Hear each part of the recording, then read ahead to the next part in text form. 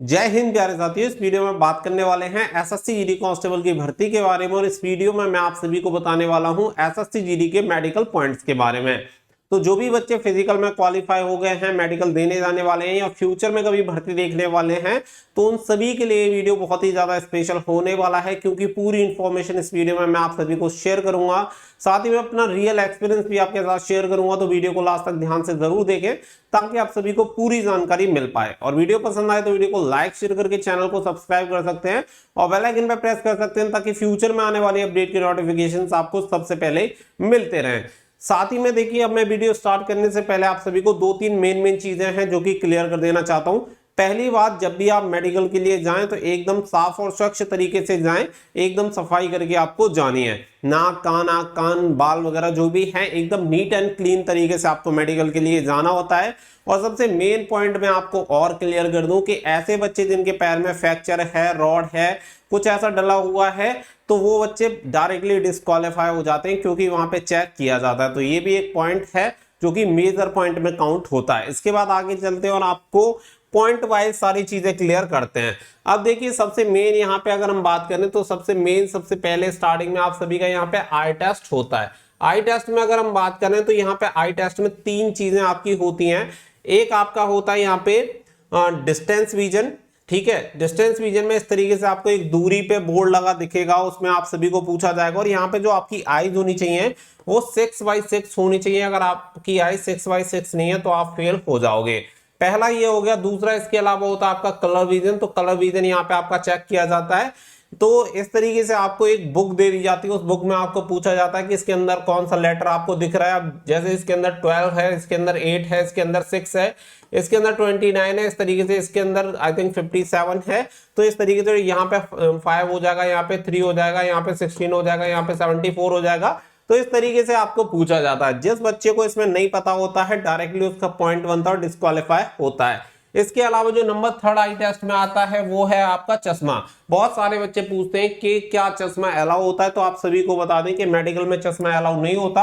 अगर आपकी आईज ठीक है तो चश्मा पहन के जाना ही मत। अगर आपके में थोड़ी बहुत प्रॉब्लम है तब भी आपको चश्मा पहन के वहां पे नहीं जाना है। तो ये पॉइंट आपका क्लियर हो गया। साथ ही में आप सभी को बता दें कि आपने देखी होंगी बहंगी जो आंखें होती हैं, यानी कि एक साथ देखते हैं तो दोनों आंखें इधर आ जाती हैं, इधर आ जाती हैं, इस तरीके से वो बच्चा देखता है, कोई भी होता है तो उसमें भी पॉइंट बनता है, उसमें भी बच्चा रिजेक्ट होता है। तो ये आपका आई टेस्ट का हो गया। इसके अलावा एक और चीज बता देता हूं कि वहां पे जो बच्चा हकलाता है या तुतलाता है उसका भी पॉइंट बनता है। तो ऐसे बच्चे जो कि हकलाते स्टैमिंग करते हैं या तुतलाते हैं वो बच्चे भी डिस्क्वालीफाई हो जाते हैं। लेकिन इसमें डिपेंड करता है, बहुत सारे बच्चे जो होते हैं ना वो हकलाते बहुत कम है, बहुत कम हकलाते हैं, पता नहीं चलता, फील नहीं होने देते, तो उनका तो पॉइंट नहीं बनेगा। लेकिन जो हर बात में अटक अटक के बहुत ज्यादा अटक के बोलते हैं, स्टैमिंग जिनकी होती है उन्हें वहां डिस्क्वालीफाई कर दिया जाता है। इसके अलावा नंबर 2 पे चलते हैं। तो नंबर 2 पे आपका होता है ईयर टेस्ट। तो यहाँ पे आप सभी को बता दें कि कानों का जो आपका टेस्ट होता है,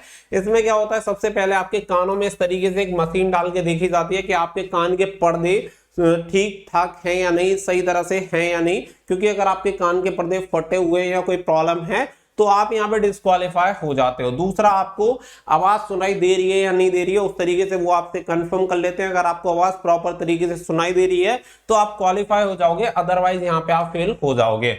अब इसके आगे चलते हैं और अगला आपका जो पॉइंट आएगा वो है आपका तीत का पॉइंट। ठीक है, दांतों में बच्चों को बहुत सारी प्रॉब्लम होती है, तरह तरह के पॉइंट होते हैं। तो देखिए, मैं आप सभी को एक चीज क्लियर कर दूं कि यहाँ पे अगर आपके दांतों की स्थिति बहुत ही ज्यादा खराब है, बिल्कुल सड़े हुए हैं, या दांतों में बहुत ज्यादा गैप है या कोई दिक्कत है, आड़े टेढ़े इस तरीके से आपके हैं, तो वहां पे पॉइंट मिल सकता है। बाकी का आप सभी को बता दें, देखिए वहां पे लगभग मुझे लग रहा है 21 या 22 करके कुछ पॉइंट होते हैं, एग्जैक्ट मुझे नहीं पता, क्योंकि बस वहां पे इतनी उन्होंने जानकारी दी थी, वहां से पता चल रहा था। तो वो उसमें पॉइंट देखते हैं 21-22 में से अगर आपके 14 पॉइंट क्लियर हो जाते हैं, ठीक है, अगर आपके 14 पॉइंट ठीक है तो आप वहां पे क्वालिफाई हो। 8 पॉइंट में अगर कमी भी है तब भी चल जाएगा, यानी कि टोटल आपके 14 पॉइंट ठीक हो जाने चाहिए। कोई भी पॉइंट हो, 14 पॉइंट अगर आपके ठीक हो गए 21-22 में से तो आप वहां पे क्वालिफाई हो जाओगे। तो ये चीज रहती है दांतों में। बाकी का दांतों के लिए आप देखो, अगर आपके दांतों में बहुत ज्यादा कैविटी हो गई है तो भी आप उसका ट्रीटमेंट करवा सकते हो, उसे फिलिंग वगैरह करवा सकते हो, फिर उसके बाद पता नहीं चलता तो उसका भी काम बन जाएगा। तो ये हो गया तीत की बात। तो यहाँ पे तीत के बारे में भी आपको क्लियर हो गया। साथ ही में एक पीछे एक और पॉइंट छूट रहा है, तो यहाँ पे बच्चा पूछेगा लेजिक सर्जरी के बारे में। जो आपकी लेजिक सर्जरी होती है इसके बारे में तो आप सभी को बता दें कि यहाँ पे जो ये सर्जरी होती है इसका भी एक टाइम होता है, और ये सर्जरी कुछ टाइम के लिए अलाउड नहीं होती, लेकिन आपको एक लंबा टाइम हो गया है उसके बाद ये अलाउड हो जाती है, क्योंकि यहाँ पे जो भी जैसे सर्जरी होगी उसके लिए स्पेशल इंस्ट्रक्शन दिए गए हैं, तो उसी के अकॉर्डिंग आपकी होनी चाहिए।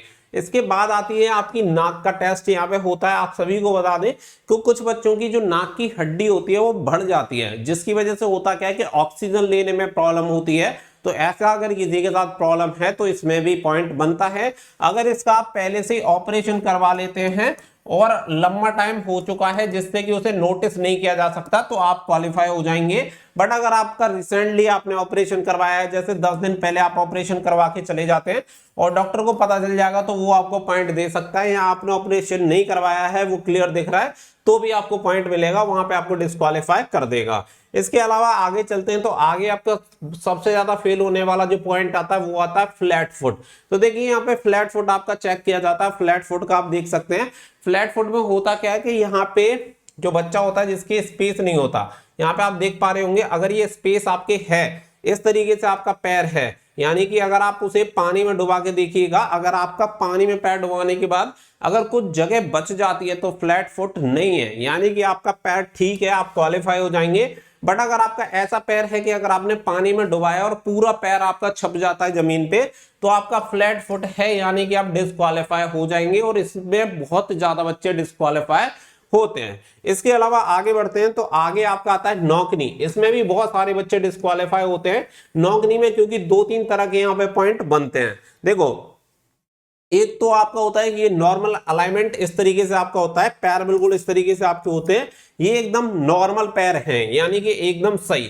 इसके अलावा नौकनी देखिए, ये वाला पॉइंट होता है जिसमें आपके घुटने आपस में भिड़ते हैं, ठीक है, घुटने अगर आपस में टकराते हैं तो ये आपका नौकनी हो जाएगा, जिसमें आपको पॉइंट मिलता है, डिस्क्वालीफाई कर देता है। साथ ही में एक पॉइंट बनता है बोलैक्स, यानी कि कुछ के तो घुटने टकराते हैं और कुछ के घुटनों के जो बीच की दूरी होती है वो कुछ ज्यादा होती है, यानी कि नॉर्मल से ज्यादा होती है, तो इसमें भी डिस्क्वालीफाई करता है और इसमें भी आपका पॉइंट बनता है।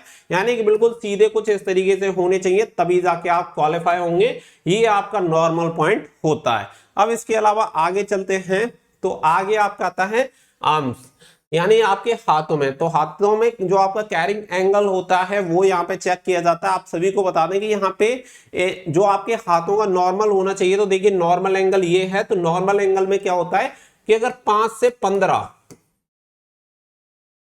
15 डिग्री के बीच में अगर आपके हाथों में एंगल है तो आप फिट हैं, आप नॉर्मल हैं। अगर 5 से कम है तो इस तरीके आपके इंक्यूबिटस वायरस हो जाएगा, इस तरीके से डिस्क्वालीफाई हो जाएंगे। और अगर 15 से ज्यादा है तो आपके हाथ कुछ इस तरीके से दिखाई देंगे, तो यहाँ पे वल्गस में आप डिस्क्वालीफाई हो जाएंगे। तो ये दोनों ही पॉइंट यहाँ पे बनते हैं और दोनों ही पॉइंट में बच्चे डिस्क्वालीफाई होते हैं। यानी कि आपके हाथों के बीच में जो एंगल होना चाहिए वो 5 डिग्री से 15 डिग्री के बीच में होना चाहिए, ना 15 डिग्री से ज्यादा होना चाहिए, ना 5 डिग्री से कम। अब इससे अगला जो पॉइंट आता है वो आता है वेरिकोज वेन्स। वेरिकोज वेन्स जो आपका होता है, इस तरीके से आपके पैरों के पीछे कुछ बहुत सारी वेन्स, आपकी जो नसें होती हैं वो दिखाई देती हैं। अगर इस तरीके की नसें दिखाई देती हैं तो इसमें भी बच्चा डिस्क्वालीफाई हो जाता है। तो ये भी आप सभी को याद रखना है। साथ ही में बहुत सारे बच्चे ऐसे भी होते हैं 6 फिंगर वाले, यानी कि 6 उंगलियां जिनकी होती हैं, वो बच्चा भी डिस्क्वालीफाई होता है, वो भी आपको ध्यान रखना है। नेक्स्ट आपको दे रखा है टैटू। टैटू के लिए बहुत सारे बच्चे पूछते हैं। तो देखो, अगर आपने पूरा धर्म प्रचार कर रखा है, सारी चीजें लिख रखी हैं, कभी कुछ इस तरीके से, मतलब पूरे आशिकी वाले अगर टैटू अपनी बॉडी पे बनवा रखे हैं, यहाँ पे वहां पे हर जगह पे, तो आप डिस्क्वालीफाई हो। सोच नहीं मत कि वो आपको क्वालिफाई करेगा, सीधा सीधा आपको डिस्क्वालीफाई कर देगा। बट क्या होता है कि कुछ लोग जैसे धर्म से संबंधित कुछ बनवा लेते हैं, जैसे कि बहुत सारे लोग ओम बनवा लेते हैं, इस तरीके से बहुत सारे लोग अपना नाम लिखवा लेते हैं। तो इस तरीके से क्या है, ये अब अलाउ कर दिए हैं। बीच में इसके लिए भी बहुत सारे रिस्ट्रिक्शन थे, लेकिन अभी इसे दोबारा से अलाउ कर दिया गया है। तो ओम या नाम वगैरह कुछ ऐसी नॉर्मल चीजें आपकी लिख रही हैं, छोटी जगह स्पेस को ले रही हैं, तो वो अलाउ हो जाता है और आप इसमें क्वालिफाई हो जाते हैं। बट इस तरीके के अगर आपने टैटू बनवाए हुए हैं तो आप सीधा सीधा डिस्क्वालीफाई हो जाते हैं। नेक्स्ट पॉइंट आपका आता है स्किन। देखिए अगर स्किन डिफॉर्मिटी है, इस तरीके की स्किन कोई प्रॉब्लम है आपको, या पूरी बॉडी पे कहीं धब्बे हो जाते हैं या कुछ हो जाती है, व्हाइट कलर की हो जाती है, तो भी आपको सीधा वो डिस्क्वालीफाई कर देगा, इसमें भी आपका डिस्क्वालीफाई होता है। नंबर नेक्स्ट आता है आपका प्राइवेट पार्ट्स। तो देखिए प्राइवेट पार्ट्स में आप सभी को बता दें, यहाँ पे एक आपका होता है ये वैरिकोसील। वैरिकोसील करके बहुत सारे बच्चों को प्रॉब्लम होती है। तो वैरिकोसील में क्या होता है कि यहाँ पे आपकी ग्रेड होती है, ठीक है। अब मान के चलिए जैसे कि फर्स्ट ग्रेड है आपको, तो फर्स्ट ग्रेड यानी कि शुरुआती स्टेज वाली में आपको डिस्क्वालीफाई नहीं करेगा, लेकिन जब आपकी प्रॉब्लम ज्यादा बढ़ जाएगी, जिसमें टेस्टिकल जो आपकी रहेंगे वो बहुत ज्यादा छोटे बड़े हो जाते हैं, उस कंडीशन में आपको डिस्क्वालीफाई करेगा। अदरवाइज फर्स्ट ग्रेड में अगर आप होंगे जिसमें आपको थोड़ा बहुत पेन होता है नॉर्मल और किसी को फील नहीं होता, तो आप क्वालिफाई हो सकते हैं। अदरवाइज आपके ज्यादा पेन होता है और उसमें छोटे बड़े आपके टेस्टिकल्स हो गए, तो फिर वहां पे आपको प्रॉब्लम हो जाएगी। इसके अलावा यहाँ पे एक पॉइंट बनता है पाइल्स का, ठीक है। तो पाइल्स में भी आपका पॉइंट बनता है, अगर आपको पाइल्स हो रखी है और अगर आपने उसका ट्रीटमेंट नहीं करवाया है तो भी आप इसमें डिस्क्वालीफाई हो जाएंगे। देखिए इसमें क्या रहता है कि ये सेम, अगर आप इसमें सर्जरी करवा के अगर सही हो जाते हैं, और इसे लगभग 6 मंथ अगर किसी सर्जरी को हो रखे हैं, तो मुझे लगता है कि वहां पे पता नहीं चलेगा। लेकिन अगर आपने रिसेंटली कोई भी सर्जरी करवाई है तो वहां पे आपके सामने प्रॉब्लम खड़ी हो जाएगी। इसी तरीके से आपका हर्निया का भी रहता है, हर्निया का भी वहां पे पॉइंट बनता है, याद रखना। हर्निया का भी ऑपरेशन अगर आपने पहले काफी लंबे समय पहले करवाया हुआ है तो नोटिसेबल नहीं होता, आप क्वालिफाई हो जाओगे। लेकिन हर्निया का अगर आप रिसेंटली करवा के चले जाओगे तो आप डिस्क्वालीफाई हो जाओगे। यानी कि कोई भी सर्जरी, आप ऐसा समझ लो कि कोई भी सर्जरी अगर 6 महीने से पहले आपने करवा रखी है तो शायद आपको डिस्क्वालीफाई ना होना पड़े, बट अगर आपने 6 महीने के अंदर ही करवाई है तो हो सकता है कि आपको नोटिस कर ले और आपको डिस्क्वालीफाई कर दे। इसके अलावा एक और चीज होती है, वो होता है आपका बीपी यानी ब्लड प्रेशर। तो आप सभी को पता है 80 से 120 के बीच में आपका नॉर्मल होना चाहिए।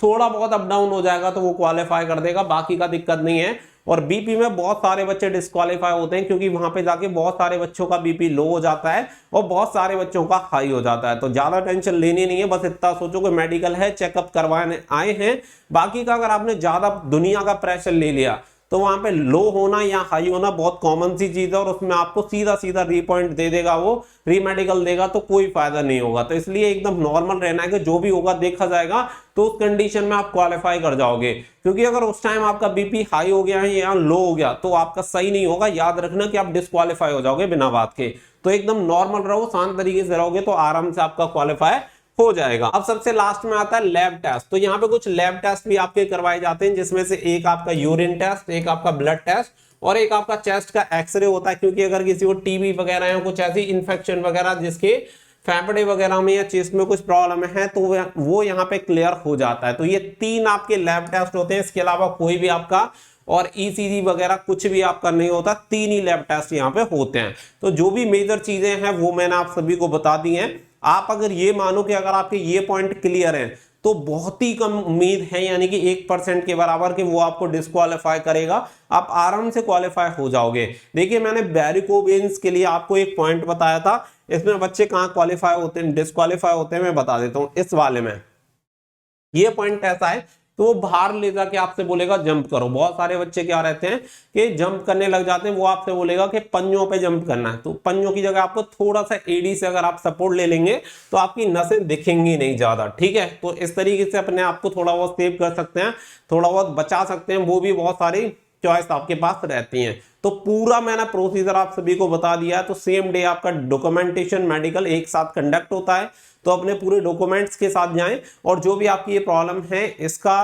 पूरा आपको ध्यान रखना है। इसमें जो भी आप सुधार कर सकते हैं इन पॉइंटों में तो जरूर से करें, क्योंकि ये सबसे मेजर पॉइंट रहते हैं, सबसे ज्यादा फेल होने वाले पॉइंट यही है। बाकी के कोई भी ऐसा मेजर पॉइंट नहीं होता जो आपको डिस्क्वालीफाई करवा दें, वो सब एडजस्ट हो जाते हैं। लेकिन ये वाले पॉइंट आपके एडजस्टेबल नहीं है, डायरेक्टली आपको डिस्क्वालीफाई किया जा सकता है। आई होप मेडिकल से रिलेटेड सभी बच्चों को एकदम से सारी चीजें क्लियर हो गई होंगी। फिर भी अगर मैंने कोई पॉइंट मिस कर दिया है तो मुझे कमेंट सेक्शन में बता देना, मैं आप सभी के रिप्लाई कर दूंगा। मिलेंगे नेक्स्ट वीडियो में। So thank you for watching. जय हिंद, जय भारत।